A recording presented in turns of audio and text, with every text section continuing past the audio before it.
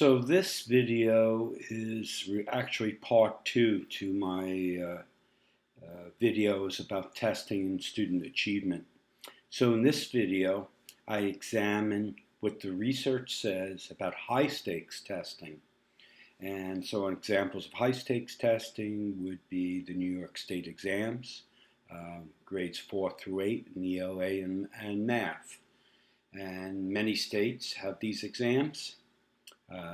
I think most states who participated in Race to the Top, I forget the figure right now, but I think it's 45 states participated in the Race to the Top from the Obama administration.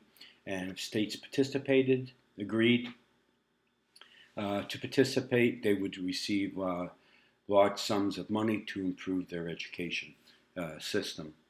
And so what I just assumed that high stakes testing would improve achievement. But as you'll see from this slideshow, that's not the case. The evidence is not clear about that. In fact, there's many negative effects about high stakes testing. And so I'll review without too much more talk. And I want to say that the research I'm reviewing comes largely from David Berliner. I think David used to be at Stanford. I think he's now at the University of Arizona.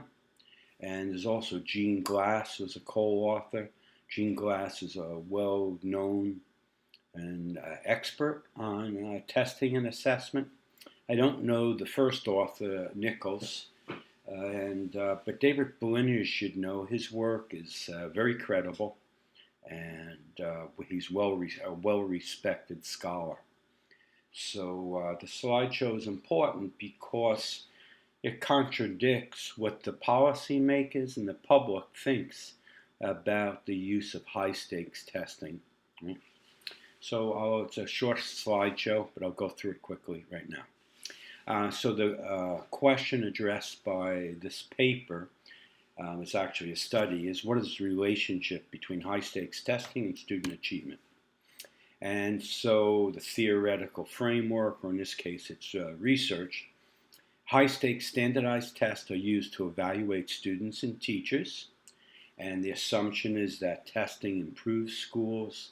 And a key assumption is that tying positive and negative consequences to good and poor test performance of students can be used effectively to evaluate schools and teachers, and that tying the consequences to test performance will improve teaching performance in schools. So that's really it's a long way to say that, but that's the assumption of testing that's going to improve schools. So, my personal experience and things that I've read, I don't think that's the case, given all the time that's spent on testing and tests to prepare students for tests and the elimination of visual arts and performing arts from school curriculum. Everything's become test focus, and it's actually restricted the curriculum. And so tests are driving our instruction because of the consequences that are placed on students' performance on them. And so here, what does research say? High stakes testing has little or no relationship to reading achievement and a weak to moderate relationship to math. And then high stakes began in most states after No Child Left Behind in 2002, although New York, Illinois, and Texas had been doing high-stakes testing before that. The previous research shows that if students are taking high-stakes tests, their scores go up. But it doesn't mean that their knowledge base or their achievement has improved. And in fact, Laurie Shepard suggested that it was the result of test prep and familiarity with the way test items are presented to students rather than achievement. And yet Berliner and the other two researchers say these findings were ignored by NCLB policymakers as well as by Race to the Top, though they didn't say that. And so they argue that there's scant evidence that high-stakes testing improves student achievement. And so then they conducted a study. What's the relationship between high-stakes testing and student achievement? And this was a much bigger study than the Roediger study. And this involved, you can see, 45 states.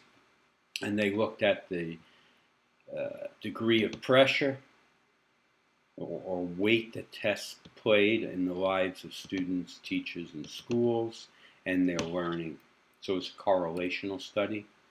And the NAEP scores, you might have heard that. It's called the National Assessment of Educational Progress.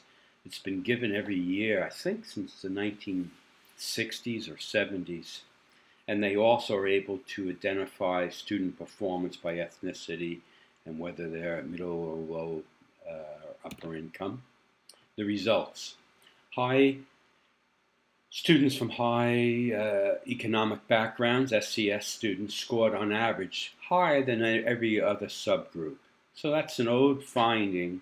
And so kids from wealthier districts and wealthier families tend to do better on standardized tests than middle and lower income students. So it's a real interesting finding that despite all this testing and improvement in schools, the same results occurring. Right? Testing pressures are significantly and positively correlated with state poverty indexes. Poorer the state, the more pressure and punitive the measures on schools, teachers, and students. High-stakes testing has no measurable connection to performance of either rich or poor students. And basically, that means if you're poor, you'll tend to do poorly on these exams. If you're born wealthy, you go to a better district, you'll tend to do better on the exams. The results continued. Pressure is deleterious to poor students' reading scores. High-stakes stakes testing has only a slight connection to improvement in NAEP math scores. And the final point is that under pressure, teachers grow more efficient at training students for the test. And you'll see there's lots of references here, and they're fairly current. And you'll see my last name there. And there's the study that you could find this study yourself if you're interested. And there's the Roediger pieces. And there's from last summer a lot. And there's Laurie Shepard. Really lots of good research on this. So it's surprising that policymakers don't take that into account.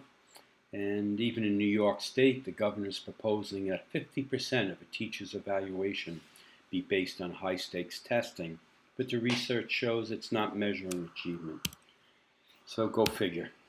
And that's this slideshow.